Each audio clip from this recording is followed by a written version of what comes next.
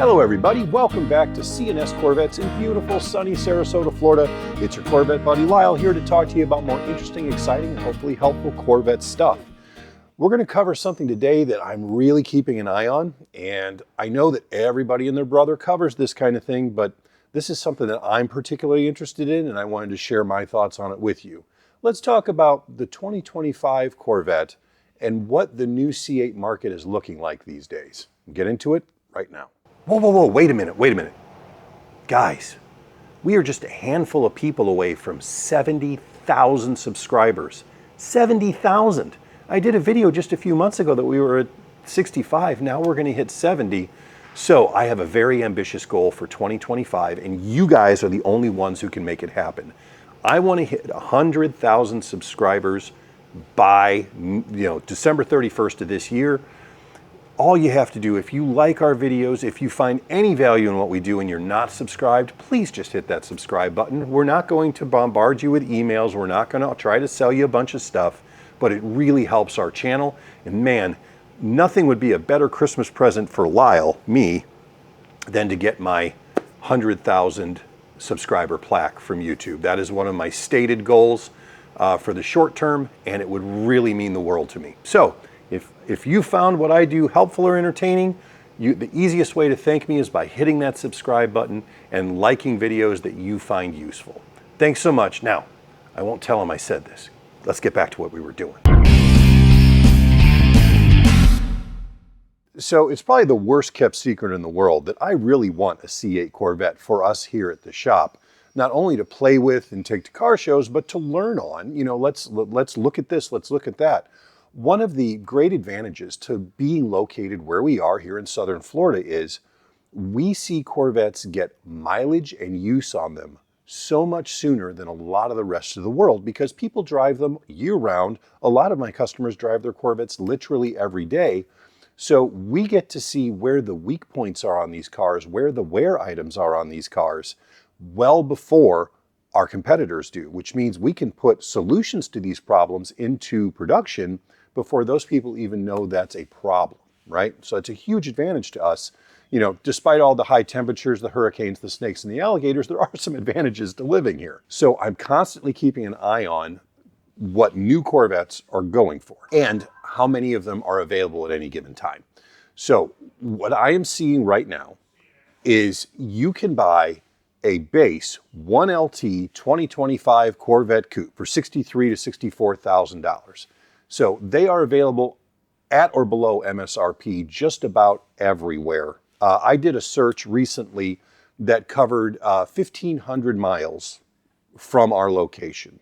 Now, I did this search about 5-6 months ago, and there were a total of 8 base C8s available in that area. I did that search yesterday, and there were 84. So you can tell that the C8 supply has begun to kind of meet or exceed demand, which means necessarily these dealerships, once they get these cars on the lot, they want to sell them.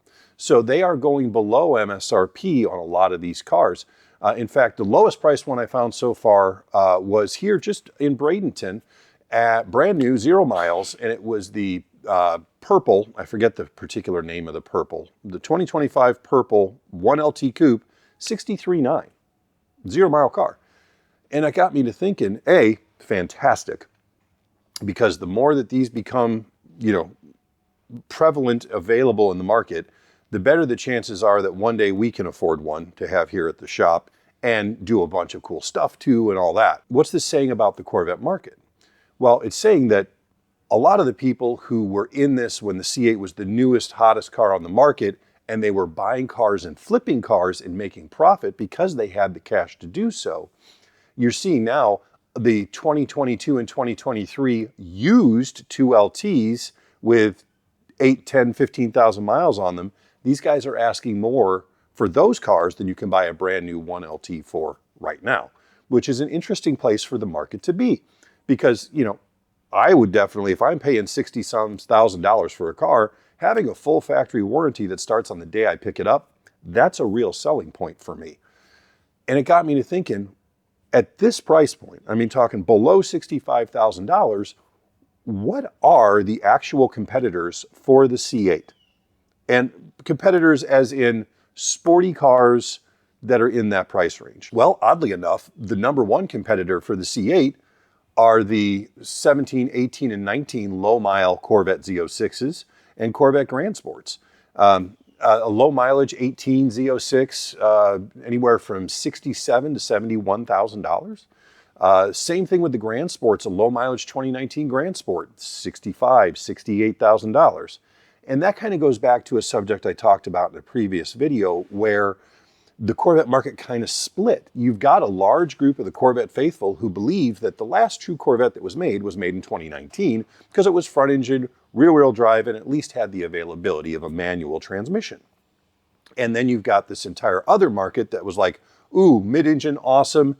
And then you've got a whole bunch of new people who weren't technically Corvette people who came into the Corvette market with the advent of the C8.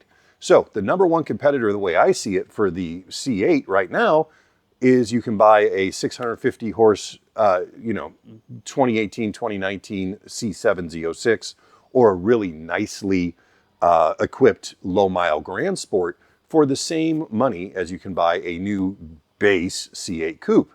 And if you're of the ilk that you really prefer to have a lot more power or you prefer the traditional drivetrain, that's the way to go. Some of the other offerings from other manufacturers that kind of fall into this, you've got the 2024 Nissan Z Nismo, which is their kind of like the Z06 of the Z in that line. That car starts at about $66,000, $67,000. Now, it is, of course, front engine rear-wheel drive. It does not have the same kind of exotic layout that the C8 does. It is a heavier car than the C8 as well. But it is, if you like Japanese performance and you like the Z and the history of the Z from Nissan, that might be an option for you. But does it really match up to what the capabilities and the comfort level of the C8 is? I don't know. What do you think? Some of the others that I found, the BMW M2 Coupe, the base trim starts at $68,600. Now, the M2 is a very, very competent car. A lot of people are kind of throwing shade on the redesign because they loved the previous generation M2 so much because it was so clean, small, tidy, kind of a throwback to when BMW was known for making smaller, high-performance cars with a manual transmission that were really easy to throw around. And like most modern cars, the new M2 has become larger and heavier, but it is still a very competent performer. And if you want something that is more of a daily, where you could truly get in the car and use it for anything every day, but still have that performance capability, the M2 is not a bad choice. Again, still a little more expensive than you can get a base C8 for. So again, apples and oranges as far as what you're getting, but we're just talking about kind of general type of car capabilities and pricing. Obviously, one of the most natural comparisons to make is the Porsche 718, the Cayman, which is the only other mid-engine offering in this group that I've established here. Now, that car starts at $75,000, and it's like, oh, you wanted air in the tires, that's going to be another $3,000 because it's Porsche. But the 718 is a beautiful car. It's extremely well engineered. Doesn't quite have the power that the C8 does, but it is exceedingly well built. It handles very well. Very nice, but kind of for a different type of performance person, I guess you would say. And again, if you start adding any options to that Cayman, that price goes through the roof. Another one, obviously, the Ford Mustang GT Premium Fastback. Now, everybody that I talk to, when I say this to people here in the office, they're like, the Mustang isn't a competitor for the Corvette. It's a muscle car. The Corvette, okay, well, as far as horsepower, capability, and price, yes, the 2025 Ford GT Premium is a competitor for the Corvette. $65,000 base, and of course you can option it out from there. That car is exceedingly capable. There are some differing opinions on whether the styling was an improvement over the previous generation or not, and I'll let you guys argue about that in the comments. But the Ford Mustang, honestly, with the death of the Camaro, the death of the Challenger, it's really the last muscle car standing. And the changes they have made in that car over the last 10 years, especially after Ford stopped making other cars, Really, once they stopped making the Taurus and the Flag and all these different cars, their best car people all got put on the Mustang.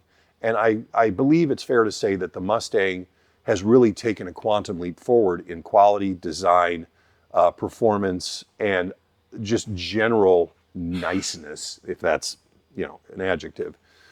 It is really doing things that you couldn't have imagined a Mustang doing in 2010. Completely different philosophy.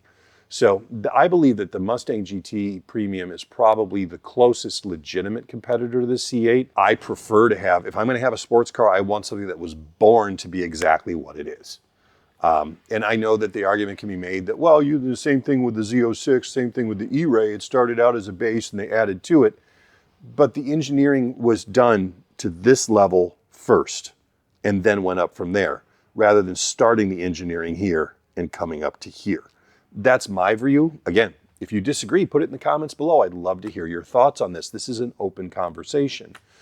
Finally, we also have second to last, the 2025 Toyota GR Supra, which is kind of a BMW and kind of not. But that car is, 2-seat sports car, very competent. I believe they do now offer it in a manual transmission as well.